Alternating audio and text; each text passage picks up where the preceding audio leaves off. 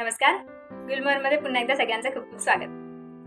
कालच महिला दिन सर्वत्र मोठ्या उत्साहात साजरा झाला. म्हणजे महिलांचा सत्कार झाला, सन्मान झाला.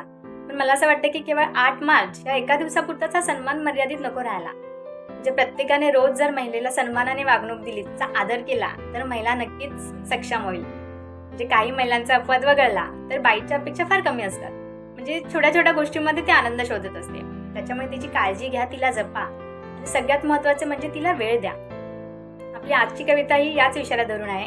कवितेचं नाव आहे तिलाही वाटते. तिलाही वाटते त्याने कधीतरी खुलून हसावं, राग आला तर हक्काने बोलावं, चूक झाली तर समजून सांगावं, सुख दुःख दोघांनी वाटून घ्यावं.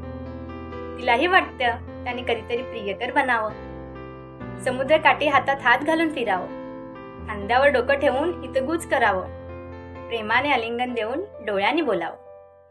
तिलाही वाटतं त्याने एकदा तरी व्हॅलेंटाईन व्हावं, वाढदिवशी तिच्या छोटं सरप्राईज द्यावं. तामझाम नको, साधी कुल्फीही चालेल, केक नको भारी, पेस्ट्रीही आवडेल. पण साराच आहे तिच्या मनाचा खेळ, त्याला मात्र तिच्यासाठी आहे कुठे वेळ. पुन्हा कधीतरी म्हणून घालते स्वतःचीच समजूत, का असे घडते याचे उत्तर नाही उमजत. कविता आवडली असेल तर गुलमोहरला लाईक, शेअर्स आणि सबस्क्राईब नक्की करा. धन्यवाद.